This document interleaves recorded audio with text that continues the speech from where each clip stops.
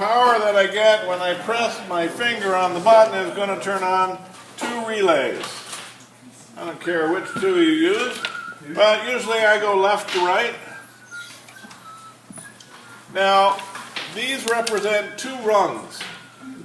Each rung has a permissive that's going to energize the rung, and in this case it's going to energize a relay, and I always have to make the trip back to the right rail for anything to work.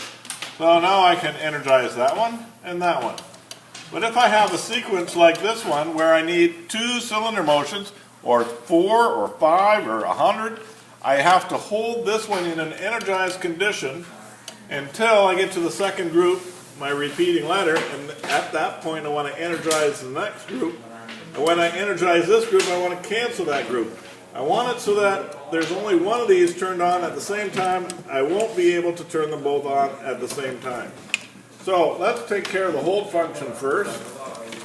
Hold functions are always in parallel with the permissive that energizes the rung, so I go in parallel. And if I just put those in the black and green, I have a hold function. I don't have a cancel function, so I'm going to take this one out because I know I want it to cancel with the other one. Cancels are always normally closed, and holds are always normally open. And then I'm going to put these in series.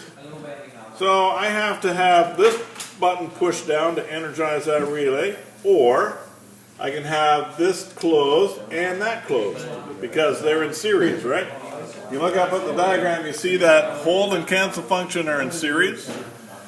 So if I press the button now, it's holding because that just closed, and that's normally closed.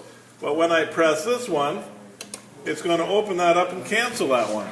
Now I need the same functionality on this relay. I need it to hold and cancel. So in parallel with the permissive that energizes the rung, I want to hold this one here. Make sure you go down to another row when you do this.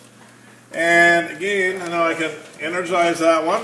When I energize this one, that's going to open, cancel the first one. And now I have a hold function, so I'm holding that one, but I have no cancel function. So I take this one out and I go in the red because I'm canceling with the red. And I use one little jumper wire to put these in series. So they both have to be closed for it to be operational. So if I press this, I just close that contact. This one is normally closed. So now I have a hold function and a cancel function, and I can go back and forth, one to the other. All right. So now I'm going to take these and move them up. So if this one's going to be group number 1, what energizes group number 1 is the last thing in the group. In this case, it was A minus. So I'm going to move this up to A minus.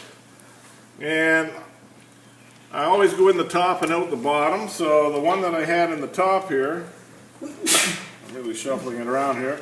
This was my power supply. I want to put this one on the left. And this is A minus, right? Yeah, the last thing that happens is A minus.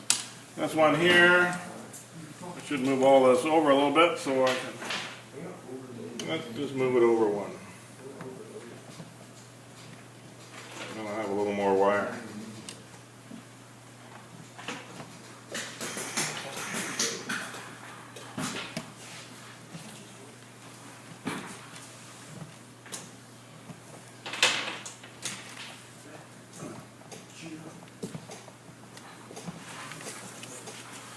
Darn, not quite long enough, eh? So there's my A minus. So if I touch those together, that's just like closing the switch, which it would have been if I was in the home position, which I guess I could do that way as well.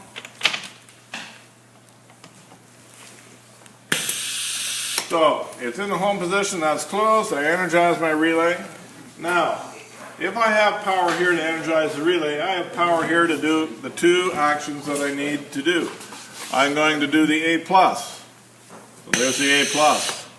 And I still have power. I can connect into either end of this wire, so I'm going to connect in here.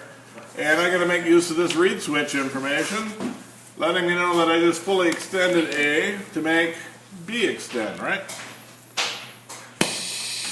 Now B is fully extended, and when B is fully extended, it should close the reed switch, de-energizing the first group, energizing the second group. So I've got to get this up to the top. So I'm going to need a jumper wire in here.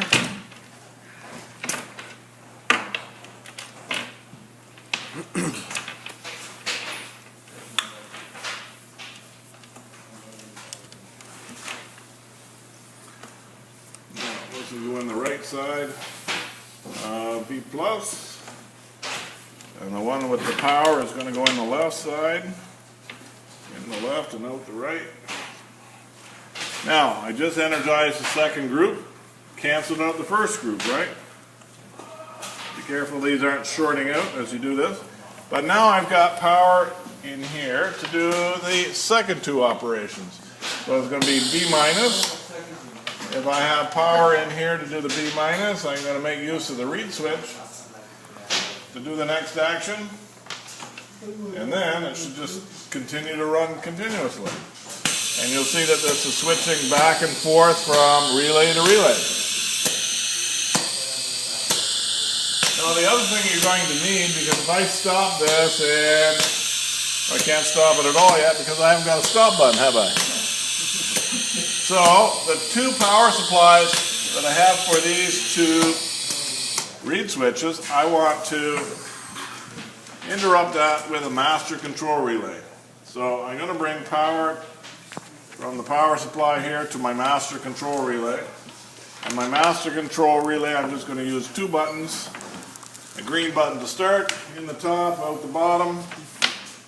And we'll have a stop button with a normally closed red button. And then that's going to go from here to my master control relay. And from my minus here to the right rail. Or any one of these minuses, they're all connected together, right? So now I have a master control relay. That should be holding. Oh, I haven't got the whole function in yet, do I? That's my power supply. I need 2 more wires. If anybody wants to make a donation. There you go. Thank you. So, both functions are always in parallel with the permissive that activates the wrong, and green and black. So now I've got a hold for my master control relay. But I'm not in the home position, right? So it didn't start. So I need a reset function. The reset function, I only want it to operate when the master control relay is turned off. I'll use the black button for that.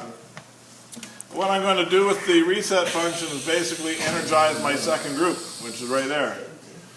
But it won't work unless I turn off my master control relay. So now power from here has gone through this wire. And I can put it back in the home position, right? Now if I start it, it should run continuously. If I stop it, and it's not on one of those 2 limit switches, I can reset it. There, right there, won't work. Turn off your master control relay, hit the reset function. Alright? There you go.